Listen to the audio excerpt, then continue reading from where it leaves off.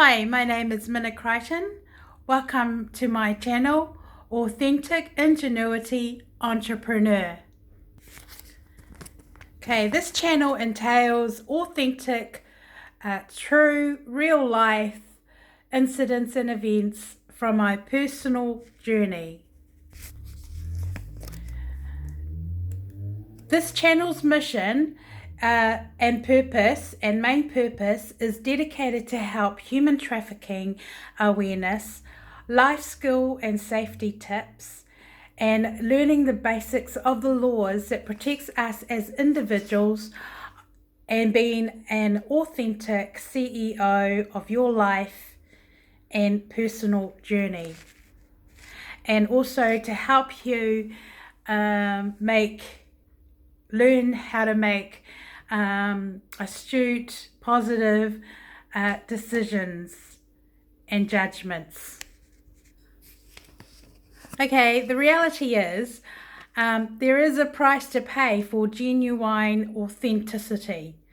Being true to yourself and beliefs requires truthfulness, legitimacy, credibility, correctness, reliability, purity, accuracy, trustworthiness, realness, and dependability. Why is that? Well, some will find you a threat or is insecure because of their own lack of self-confidence, and other reasons could be being misunderstood, or you come from a different background, culture, and beliefs. And sometimes maybe what is an offense to those who oppose you is not an offense to you because of your own personal, status. There is an importance of being open-minded and receptive to different opinions and ideas. It is necessary for satisfactory well-being, requirement and demands, and most importantly, enabling to ascertain truth and error in this generation. Okay, did you do your homework? All right. First of all, the best place to look and research for this legislation, and it should be in every country, so keep in mind your laws and your legislation, the wording might be different, but I know that most countries will have this legislation. So this legislation I am indicating or relating to this topic is from my country, and that legislation is called the Bills of Rights Act 1990. So I have picked like 6 rules to focus on. I feel that this legislation is really important and that everyone should learn and know about it because this is the laws that protects you as an individual. So the first one I'll read is Rule 2. This one says, rights affirmed. The rights and freedom contained in this Bill of Rights are affirmed, which means it's legally already been gone through the legal process in government. So this legislation is law-abiding to protect people individually or people's individual rights. So section part 2, civil and political rights, life and security of the person. This comes under the same legislation, but we'll be reading the next few rules from section part 2. And the first rule will be Rule 8, which says right not to be deprived of life. And this whole rule says no one shall be deprived of life on such grounds as are established by law and are consistent with the principles of fundamental justice. So I thought I would just elaborate on some key words in this law. The word deprived, for those who don't really understand what deprived means or have a full knowledge of what it actually means, but deprived is the act of being deprived or the fact of being deprived. This is when someone who is lacking the necessities of life, for an example, adequate food or shelter. Now, before this bill took place in legislation or in law, before all that, there was a lot of people in poverty and homeless, but this law protects them, so there's welfare now, so no one really should be in that set of circumstance. But unfortunately there are some in some countries, I'm not sure why, but in my country we have a welfare system that helps people on the welfare, low income earners, to provide them for housing and provide food and the necessities of life. So that is what deprived means. So no one should be deprived of that. So the other word, it means disposition or loss. This means when there's been a loss, whether it be property, or another meaning could be banished, someone that is expelled from or condemned to exile. So no one should be banned or exiled, whether it be in the workplace, in the community, or sent or driven out or put away. No one should be in that sort of circumstance. Unfortunately, I have found that in the circumstance that I've been through alone, a lot of it hasn't been by choice. A little bit has been a bit by choice just to protect my loved ones, but there are very high risk of it going alone, and if you're not aware, is that you are going on a downhill spiral, and being micromanaged by the opposition, whose intent is to make sure you're not a threat. So that's the danger of not being aware of what you're going through, or knowing the signs of when you're being targeted, because you are always at risk of anything happening to you. For example, walking into a trap, or just the opposition waiting for their opportunity to step in and and do the worst. So keeping on the while we're on the subject about being exiled or isolated, or feeling for anyone to feel in that position, it shouldn't be happening in your workplace, because it is definitely comes under criminal and it's discrimination. But the EEO, which is called Equal Employment Opportunity in my country, that covers people with different cultures, religion, race, or equal employment opportunity, falls in this category. So it shouldn't be happening in the workplace, and no one should be deprived of their privacy whatsoever.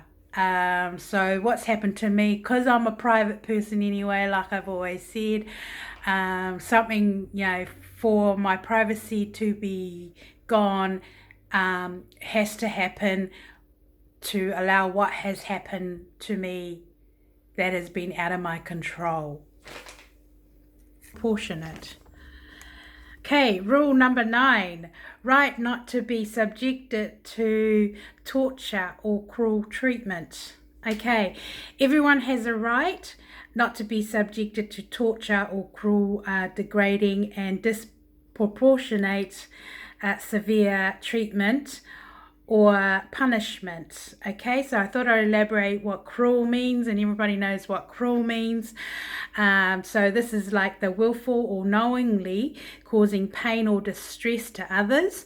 So micromanaging indirect crimes, when this is happening, the people who's actually committing the crimes have already made that decision to do it. So it is willful and knowingly. So the intent and the motive is already proven, because they've they've gone ahead and did it knowing it's wrong, but they're doing it anyway. So that becomes criminal. Also, with the length of time of what I've gone through, obviously it's a group of people who seems to take pleasure in tormenting and and punishing people, or just abusing, using that abusive method to torment and to cause grievous emotional harm. For something to go on so long and so severe, so direct, it is assault and battery. But it's I have reason to believe for someone to continuously participate in something that long seems to get some kind of enjoyment of causing pain and suffering and distress on those of their victims that it's hurled to. So the abuse is relentlessly severe, and it is very, very immediate is the word I will choose. Why I choose immediate, like, in a direct fight, if someone wants to go and stab someone with a knife, they'll just get a knife and directly do it. Well, it's, and then there's immediate injury straight away, obviously. Well, it's the same method used, except it's done indirectly, but using other people, but they're like hitting the core of the things that will hurt you. They like to attack the things that will hurt you emotionally. It's the same sort of way, but it's done indirect. So that's what I mean. And this is done through degrading methods, whether it's logo, indirect, verbally, or staged, indirect crimes. And basically they're taking away someone's liberty to reduce to quality, basically to tear them down and break their confidence. So anything that they like or love, they will take away slowly, with the intent so you would feel isolated and deprived and violated is the word, because definitely that takes place, violation.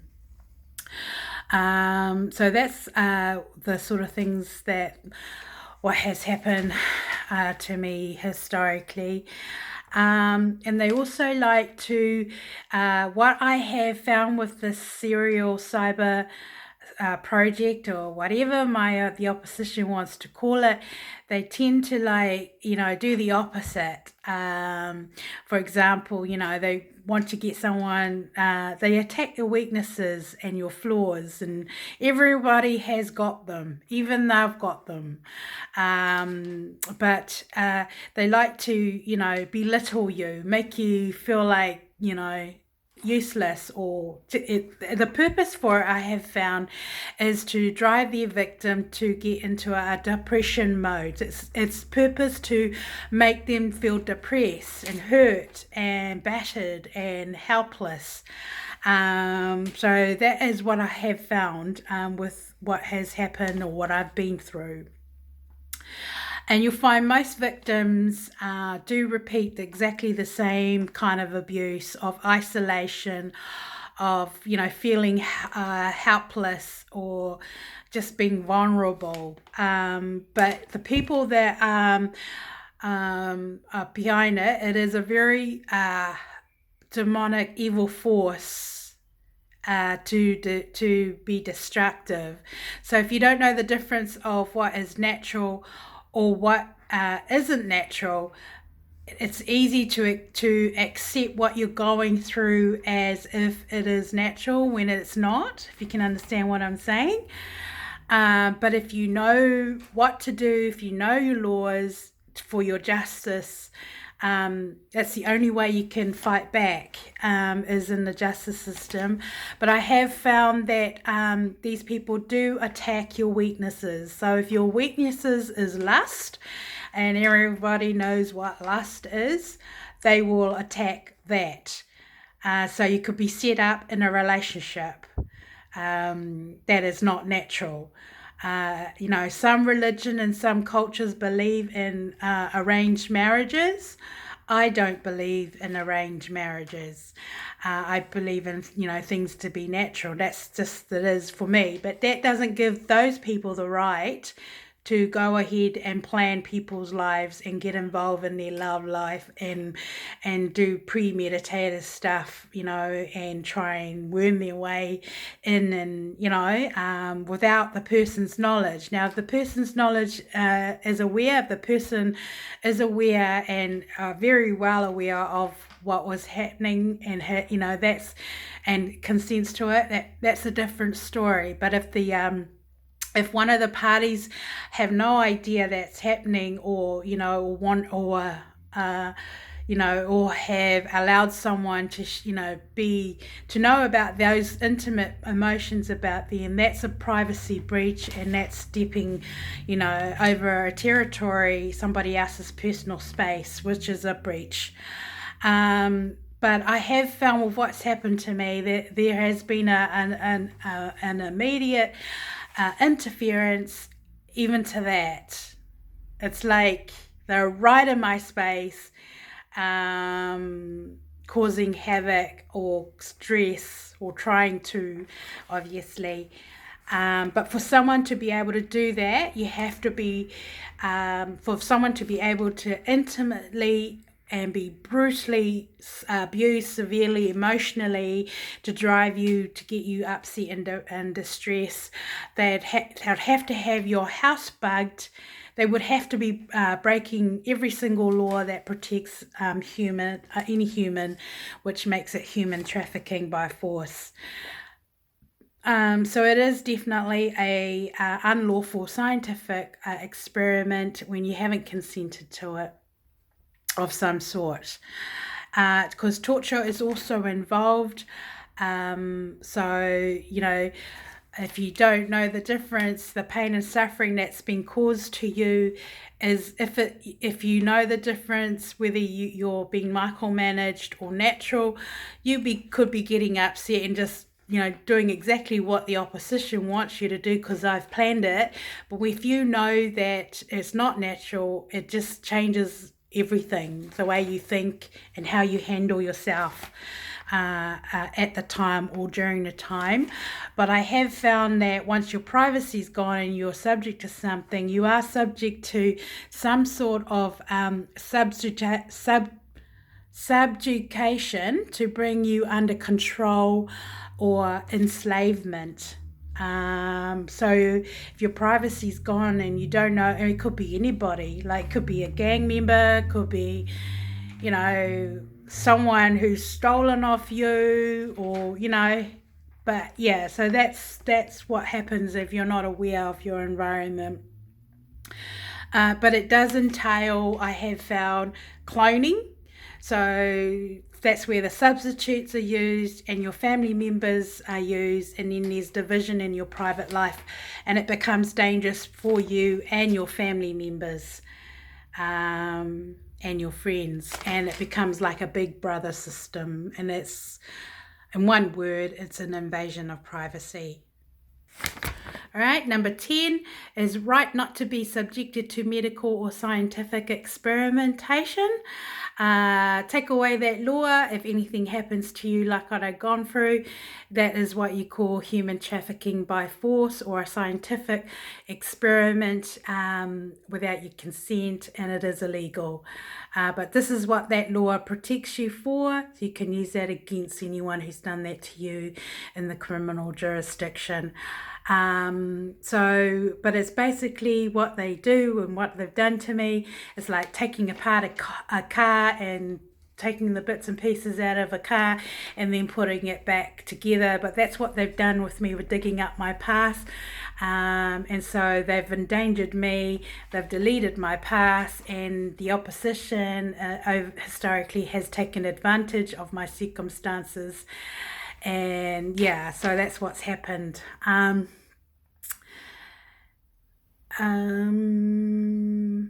But definitely there is definite psychological and mental abuse takes place, and psychological interrogation. And maybe later on I'll be able to just have a video clip to so I can go on about teach or let you know my version of what is psychological indirect abuse, mental and physical abuse, so people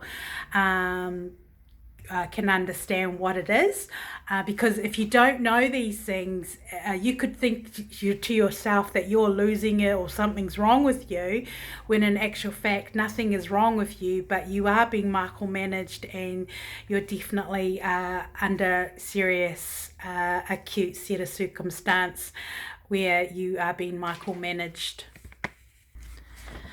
Okay, this one is Rule 11, refuse to undergo medical treatment. This one gives you the right for any doctor in fiduciary duty who asks you to go under anything medical. If you say no, no means no. They have no right to force you. If you don't want any medical care or go to any medical appointment, this law refers to that. But if you do go in anything that you don't agree with or you have some doubts, you have that right to ask to have that meeting recorded with all the parties being aware, and you can use that as evidence against if anything should go down the road. But everything is about evidence. It's your word against theirs, so you need to take charge and control of your circumstance. But if the moment you say no, it means no. All right. And the last one that I feel that everyone should know about is Rule 22, and that is the liberty of a person. This one protects everyone as a human being, and everyone has a right not to be arbitrarily arrested or detained. That means no one can, for example, if you committed a crime, you got arrested by the police, they arrested you, and you're guilty until you're proven innocent. If you're innocent and they've arrested you, that's been unlawful detained, and you can appeal or prosecute if you find yourself in that situation. Now, the other one is the misuse of the Mental Health Act here in this country. If anyone uses the Mental Health Act without sufficient evidence, legal medical evidence, and then they unlawfully use it on a patient or an individual, it is unlawful. It's unlawful detained, and they can be prosecuted for taking someone's liberty away, because the use of the Mental Health Act actually does take somebody's liberty away, and then an authority takes over completely and the person's rights are gone. So a lot of people don't realize it, but in this country, the misuse of the Mental Health Act is a criminal offence. And so all the doctors in charge, nurses, or in fiduciary duty of a patient in public service, they have laws here that they actually have to abide to. If they don't abide to it, then they're operating outside their scope and operating unlawfully, and they can be pressed criminal charges or be removed of office or lose their license. But yeah, it's a case by case basis, and no case is exactly the same. So no individual is exactly the same. So it doesn't pay to treat every case as the same. I believe that you need to know the whole history, not little bits and pieces.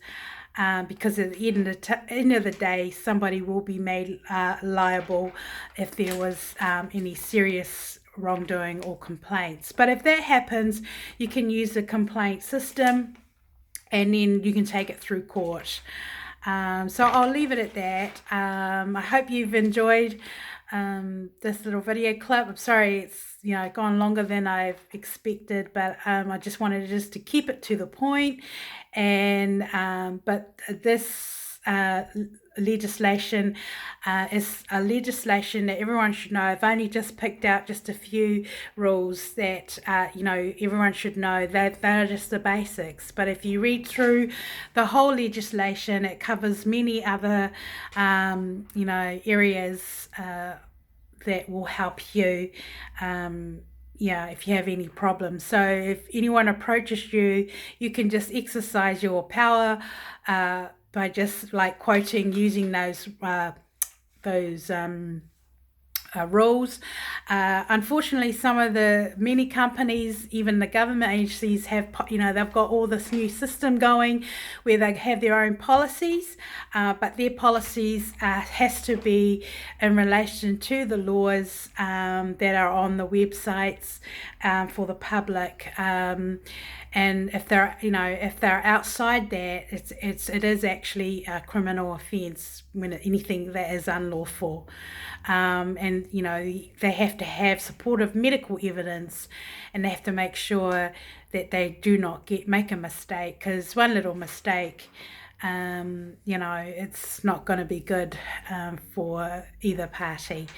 Okay, so I hope that's been helpful to you, and so I'll talk to you soon on my next video clip. Bye.